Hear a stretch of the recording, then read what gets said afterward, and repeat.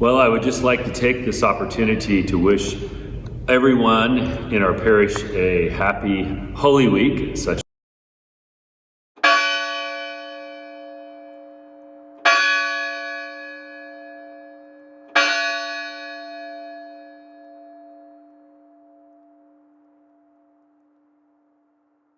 One of the things that I thought we would try this time is a video message rather than reading another endless email, since we all seem to be getting so many of those. But first of all, I just wanted to let everyone know how much I deeply miss all of you. I never realized up until now how much energy that I get, and I'm sure all priests would say the same thing, from just having the people in the church, the congregation, the people of God.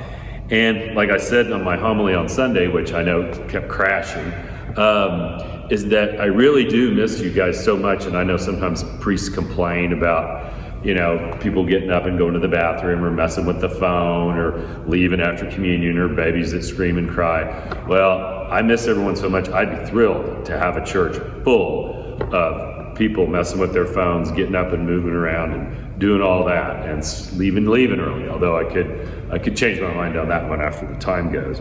But I just want all of you to know that I do miss you tremendously. A couple of things just as we move into Holy Week. One of the only way, the best way that we have to stay connected to all of you right now is through virtual things. So be that on our website, on the live stream, Facebook, YouTube. And technology is great. Thank God we have it during these times. But as you all know, sometimes it crashes or something goes wrong, especially when so many people are on all at the same time. So I would assume that Easter, it's probably not a matter of if it will crater at some point, but a matter of when. Now, hopefully it won't, but every church in the world is going to be live streaming on Easter, and so there's just going to be a lot of traffic. So one of the things that a couple of people told me to just kind of let you guys know is that if you're watching on YouTube or even on the website or even on Facebook, if it goes off, that doesn't necessarily mean it's off for good. Okay, so you might hang out a little while longer, and sometimes it'll come back.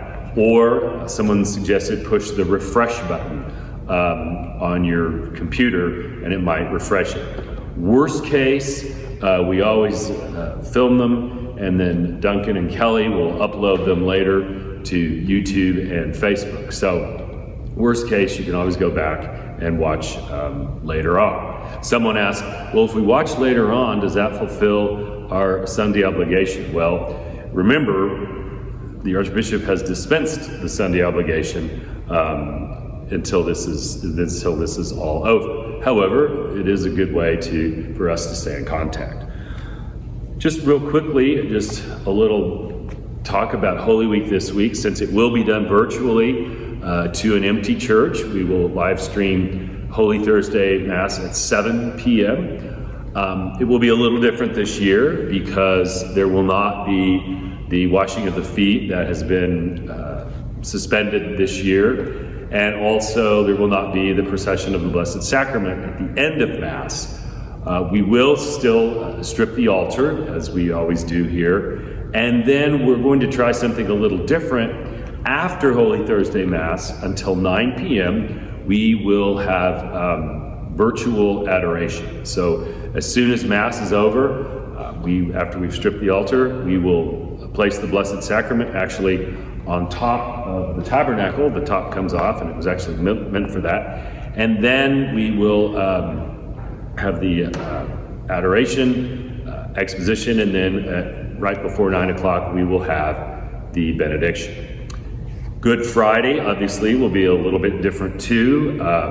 We will still process in silence. The deacon and I will prostrate ourselves in front of the altar. The Passion will be read. The veneration of the cross will take place, but it will be just the two of us. That one of the things you could do at home is set up your own cross or a crucifix and do your own veneration of it. You don't necessarily have to kiss it, but just maybe a bow or some way of venerating the cross. And then the deacon and I will receive communion. We will pray the spiritual communion for all of you. And then I would also just remind you that we will live stream Easter Vigil at 8 on Saturday night. That one probably will have a lot less traffic than Easter Sunday morning at 10. I mean, online traffic. And so I know some of you go, oh, that Easter Vigil goes on and on and on and on and on. Well, it's been greatly shortened this year. We will not have the blessing of the fire. We will still light the candle, do the exultet, bless the water. But there will not be, obviously, baptisms and confirmations at this point. Those will come later once we're back up and running again. And then Easter Sunday morning, Easter Mass will be live streamed at 10. We will have music. Edwin and a couple of singers will be here. So it's not the same. You know, we planned all this brass and big music like, you know, we like to do around here, and I like, many people like. It'll be a little more subdued, but still the Lord will rise. And so that's the thing we have to keep in mind. So I would just encourage all of you as we enter into Holy Week, we're already in it, but as we enter into the Sacred Triduum, that, you know, we truly enter into celebrating the Last Supper with the Lord. Even though we won't wash the feet, we will still remember that, as he said, so I have done, so must you do. We will walk with the Lord to his death on Good Friday, but most importantly, we will walk with him to his resurrection at Easter. And I just want you to know that all of you are in my prayers. I know a few people have been affected by the virus directly. Certainly our healthcare workers are on the front lines as first responders.